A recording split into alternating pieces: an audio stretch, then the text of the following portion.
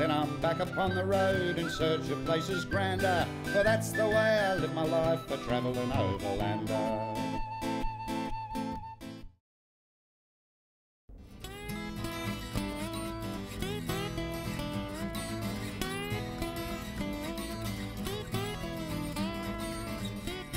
I'm next heading up into the hills to a place known as the land of 3,000 lakes.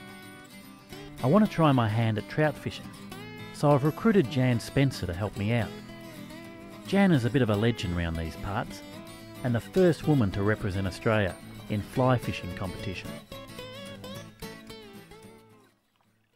Fly fishing in Tasmania is remote, a lot of it.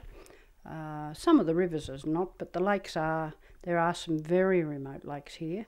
It's one of the last remote places in the world, particularly for trout fishing. I mean, we have lakes here that it will take you 2 or 3 days to get to. You carry on your back what you're going to eat for the next week, what you're going to dress in. So that on its own is a real challenge.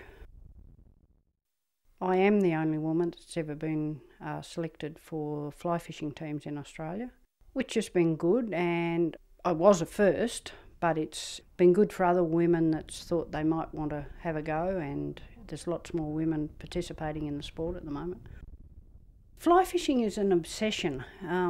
Some people have got that obsession and some people haven't, but if you have, then it's a driving force, I think, to compete and just to see how good you really are.